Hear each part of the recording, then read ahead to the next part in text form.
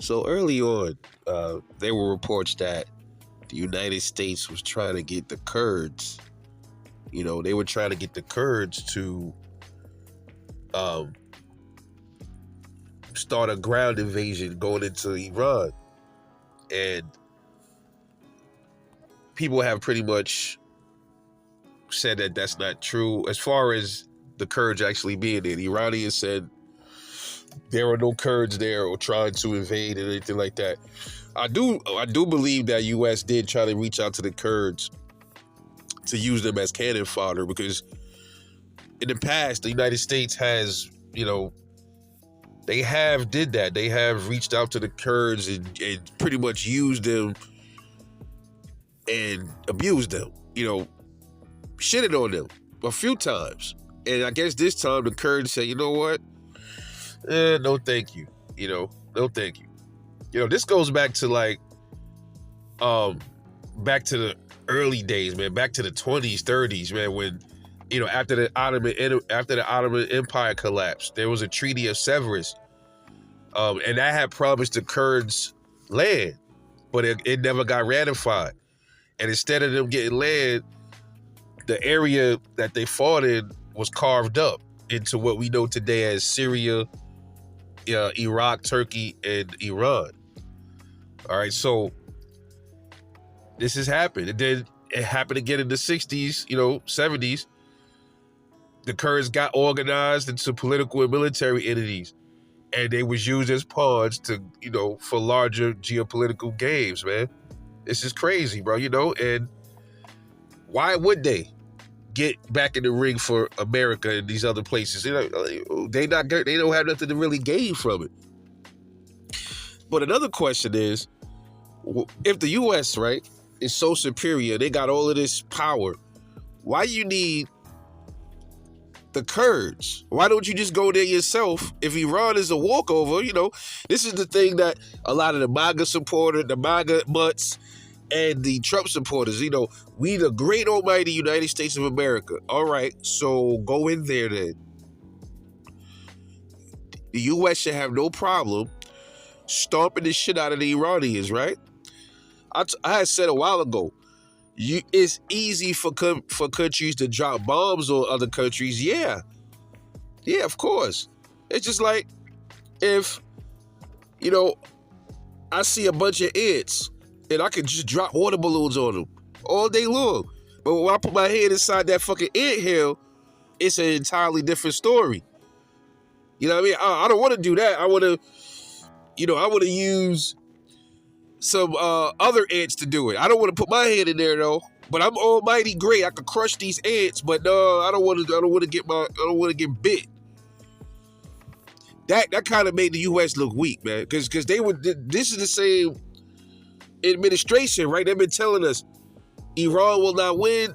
They can't beat us. We'll crush them. Their supporters been saying the same thing, but yet you want to use the Kurds? Come on, man. Come on. Make it make sense, bro. Now, from a standpoint of they want to use the Kurds instead of putting troops on the ground because they want to reduce U.S. casualties. But listen, what can the Kurds really do besides cause uproar and conflict?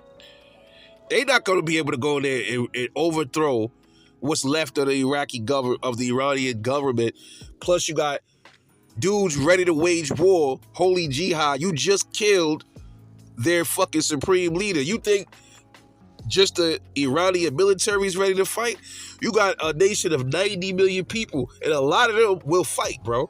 They're not the beaten down punk ass United States Americans that talk all this shit but won't bust a grape.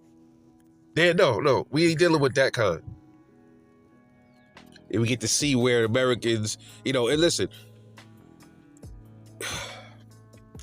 the Iranians are wired different from Americans, man. Listen, if the same thing happened to Trump, and let's say the Iranian government dropped bombs on the White House or something, right, and killed Donald Trump and his administration, you think the American people, most of his supporters is going to really get rifled up, ready to go to war for Trump? They talk like they would. It sounds good, but they ain't going to do a goddamn thing because they're cowards, just like he is. The Iranians are serious with their shit. They'll die for their beliefs. And when you say this, they fighting, they can't beat us. It don't matter. The principle.